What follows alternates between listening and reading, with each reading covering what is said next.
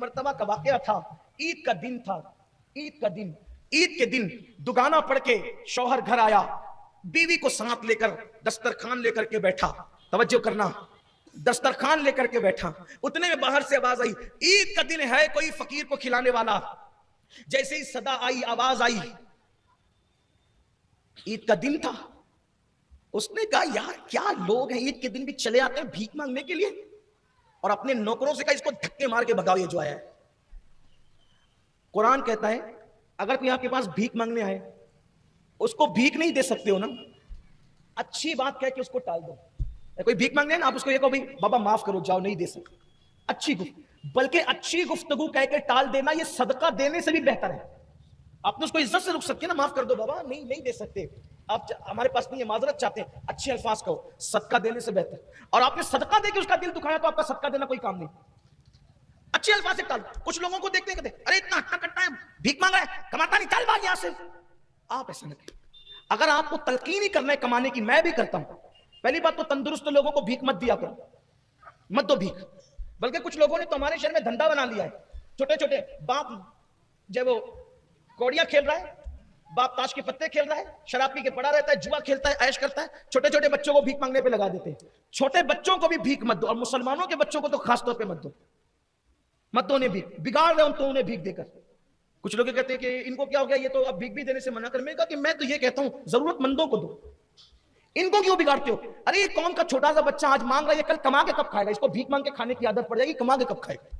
छोटी छोटी बच्चियां आज भीख मांग रही, देखते देखते जवान हो जाएगी, उसकी आबरू लूट ली जाएगी। यही तो होता है। ये सिस्टम खत्म करो शहर से, और वो रिकामे जो वो ऐश करते हैं बच्चों की भीख पर, उनको कैफर किरदार तक पहुंचाओ। लेकिन आपका उसलूब अच्छा हो, तरीका अच्छा। कोई हट्टा कट्टा भीख मांगा, भाई ये काम नहीं, तू काम से लग, तू काम कर।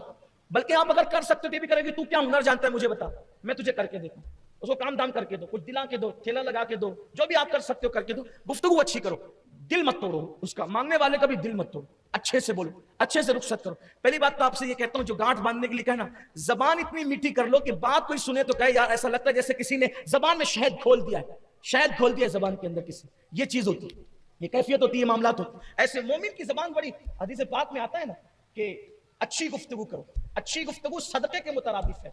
बल्कि कुरान भी कहता है वक़ूलू कौलन सदीदा, लोगों से अच्छी गुफ्तगू करो, मीठी गुफ्तगू करो, दिल तोड़ने वाली गुफ्तगू मत करो, दिल जोड़ने वाली गुफ्तगू करो। तो उसने कहा इसको धक्के देके निकालो बाहर, धक्के देके निकालो।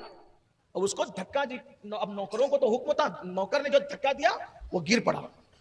जब वो गिर पड़ा तो उसने गिरते गिरते कहा मौला इसको अपनी दौलत पर बड़ा घमंड है, गुरूर है इसको अपनी दौलत पर, छीन ले इससे और मुझे दे। क्या कहा? छीन ले इससे और मुझे दे। बदुआ दी उसने, मजलूम था वो तो चला गया, खुदा जाने फिर कहां गया। दिन गुजरते गए, इसका धंधा ठप होता गया, रिवर्स गियर लगा इसको। आप अपनी जबान में कहते हो ना रिवर्स गियर, रिवर्स गियर। अगर आपको भी कभी कारोबार के मामले में, इज्जत के मामले में, तरक्की के मामले में कभी रिवर्स गियर लगे, यानी उल्टी गिनती आपकी शुरू हो, तो कभी बैठ के सोचना कि किसी का दिल तो नहीं दुखाया। मैं लिख कर देता हूं गारंटी के साथ, जब तक आप किसी अहले दिल का दिल नहीं दुखाओगे तब तक आपकी उल्टी गिनती शुरू नहीं होगी। इज्जत के मामले में, वकार के मामले में, शान के मामले में, दौलत के मामले में आपने कहीं ना कहीं चुकी की है, गलती की है। अल्लाह के गुनाह करोगे, अल्लाह बड़ा करीम है, उसको कोई फर्क नहीं पड़ता, वो समझ है, वो माफ करता है, नजरअंदाज करता है। लेकिन बंदों का दिल दुखाते हो तो फौरन पकड़ होती है, गिरफ्त होती है। इसलिए दिल दुखाने से परहेज करो। मुझसे एक मर्तबा इंटरव्यू में किसी ने पूछा था, एक जुमले में बताएं कि वली किसे कहते हैं। मुझसे किसी ने पूछा था, एक जुमले में बताएं कि वली किसे कहते हैं। मैंने एक जुमले में जवाब दिया था, जो अपने दिल को साफ करता है, जो अपना दिल संवार ले और दूसरों का दिल संभाल ले, वो वली बन जाता है। जो खुद का दिल संभाल ले और दूसरों का दिल संभाल ले, वो वली बन जाता है। बस दिलों का मामला है विलायत का। विलायत का ताल्लुक दिलों का है। जब तुम अपना दिल संभाल कर दूसरों का दिल संभाल लेते हो तो फिर तुम्हारे दिल का कनेक्शन खुदा से जुड़ जाता है, और खुदा से जुड़ने ही को विलायत कहते हैं। वरना तहज्जुद भी वली नहीं बनाती, मुसल्लों पर खड़े रहना भी वली नहीं बनाता, तस्बीहां जपना भी वली नहीं बनाती, हकों की सदाएं भी वली नहीं बनाती, इल्लल्लाह के नगमे भी वली नहीं बनाते, उस वक्त तक जब तक के दिल ना संवर जाए और लोगों का दिल ना संभालो। हजरत आरिफ रूमी मौलाना रूम कहते हैं कि अल्लाह के तरफ का रास्ता, अल्लाह की राह का, अल्लाह के घर की तरफ, वो तो घर और जमान मकान से पाक है, लेकिन उसकी तरफ, खुदा की तरफ जो रास्ता जाता है वो बंदों के दिल से होकर के जाता है। जो बंदों का दिल नहीं संभाल सकता वो कभी अल्लाह तक नहीं पहुंच सकता। बंदों का दिल खुश करो, अल्लाह तक पहुंच जाओगे।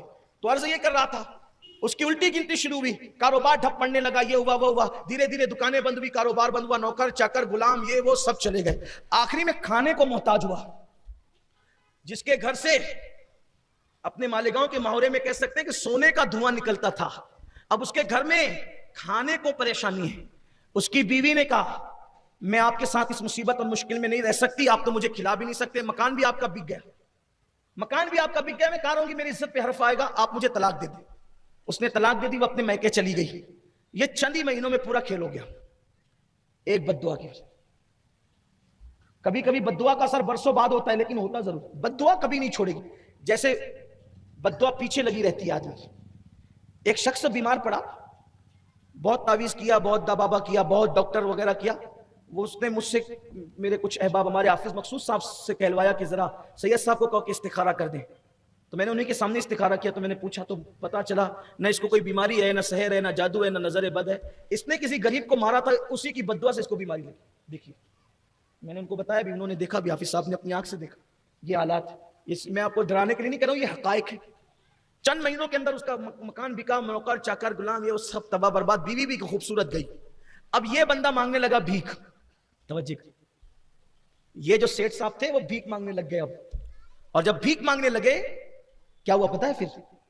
फिर ईद आई। वो ईद आई, उसी दरवाजे पर एक फकीर आया और कहता है आज ईद का दिन है, कोई कुछ खिला सकता है? उसी मकान में, जो मकान कल तक किसी और का था, आज किसी और का है, उसी मकान में दोनों मियां बीवी बैठकर दस्तरखान सजा रहे थे खाना खाने के लिए ईद के दिन। जैसे आवाज आई, है कोई फकीर को खिलाने वाला? उस मकान के मालिक ने कहा बीबी उठो और पहले उसको खिलाओ, बाद में हम खाएंगे। उठो, अपने हाथ से उसको खाना दो, वो फकीर को, फिर हम, आज ईद का दिन है। जैसे ही खाना लेकर के दरवाजे पे गई, चीख मारी, खाना हाथ से गिरा, बेहोश होकर जमीन पे गिर पड़ी। पता नहीं उस भिखारी के चेहरे में क्या था कि ये मालिक के मकान की बीवी बेहोश होकर गिर पड़ी। पानी के छींटे दिए, होश में आई, शौहर ने पूछा बीबी मेरी जान, मेरे घर की आबरू, मेरे घर की मलिका, क्या हुआ, क्यों परेशान हो गई, क्यों बेहोश हो गई, तकलीफ क्या है तुम्हें? उस फकीर के चेहरे में क्या देखा? तो वो जो फकीर था ना भीख मांगने के लिए, ये मकान उसी का था पिछले साल ईद के दिन, और उस वक्त में उसके निकाह में थी, वो मेरा शौहर था। पिछले साल ईद की बात है, मकान ये उसी का था, वो मेरा शौहर था, बहुत मालदार था, बहुत अल्लाह ने दौलत से नवाजा था। पिछले साल ईद पर इसी वक्त हम खाना खाने बैठे थे, एक फकीर आया था भीख मांगने के लिए, और वो भीख मांगा तो इसने कहा धक्के दे के निकाल दो। जैसे ही नौकरों ने धक्का दिया, वो गिर गया। गिरते गिरते उसने कहा अल्लाह इसने मुझ पर जुल्म किया है, इसकी दौलत छीन कर मुझे दे। फिर पता नहीं वो फकीर कहां चला गया। उसने कहा कि तुम्हें बता दूं, वो फकीर मैं ही था। उस दिन के बाद से अल्लाह ने मुझे तरक्की दी और आज अल्लाह ने मुझे इस मकाम पे पहुंचा। तो देखो बद्दुआ यहां तक पहुंचाती। इसलिए अगर तरक्की और खुशियां चाहते हो, दुआ लो, घमंड छोड़ दो, तकब्बुर छोड़ दो। ताकत दी अल्लाह ने, कुव्वत दी, दौलत दी, इज्जत दी, शोहरत दी, इंसान बन के रहो। इंसान, फिरौन मत बनो, नमरूद मत बनो, घमंड मत करो, शैतान मत बनो। शैतान को उसके तकब्बुर ने बिगाड़ा। इंसान बनो। अल्लाह के रसूल अलैहि सलाम से सहाबा ने कहा या रसूल अल्लाह, लोग मुलाकात के लिए आते हैं, हम आपकी